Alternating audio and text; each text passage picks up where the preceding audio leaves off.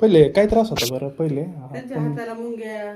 डॉक्टरने ऑपरेशन सांगितलं होतं ना. डॉक्टरने ऑपरेशन सांगितलं होतं हां मुंग्याचं, हां कंबरचं. हां कमरेत आणि मानेत नस दबली होती.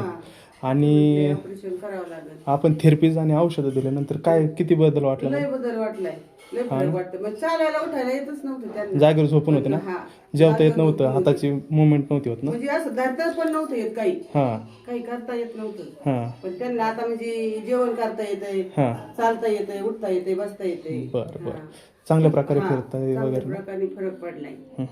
चालून दाखवा बरं एकदा. हा या साईडवर. जा सरळ चालायचं. सीटवर जायचं, ते उन्हातून परत यायचं. आता लवत नाहीत काही नाही तर हा ना, थोडं. नाही तर पूर्ण जागेवरच होते ना. जरा तेच परत थोडस. हा जागेवरच होते, चालता येत नव्हतं त्यांना, ते असे लपकायचे. आता नाही का थोडस म्हणजे फरकच पडलाय. पहिल्या सेशन मध्ये चांगला फरक पडला ना. हा पहिल्याच्या याच्यामध्ये लय फरक पडला. बसूनच होते ना. आता वर्ष झाले ना बसूनच इथं. हा हा म्हणजे काही त्यांना मग आम्ही उपचार केले पण काही सक्सेसच नाही झाले. मग आता त्यांनी एकदा केलं तरी त्यांना लय फरक पडला. हा ना. आता किती लांब जातात बरं तरी बाहेर चालायला? काही एवढा राऊंड इथून एवढ्याच. हा ना. ते चालते त्यांना काय वाटतं मी चल लोक असं पाय झाला का असं पडत, त्यामुळे ते चालत नाही.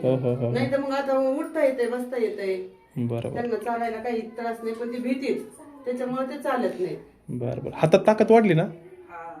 म्हणजे मोठे आहेत ना एकदम असे, त्यांचे चिटकले आणि उचलत नव्हते, असे एकदम असेच होते. हा हा हा हे ना एकदम असं बंदच होतं, हात बी असे करता येत नव्हते. आता मला शर्ट, हात वर करून दाखवा बरं.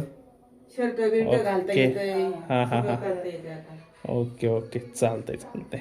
त्याला म्हणलं रोज व्यायाम करत जा असं थोडा, नाही हा का मग काय थोडेसे हो हो हो चालेल चालेल होईल. ठीक आहे धन्यवाद.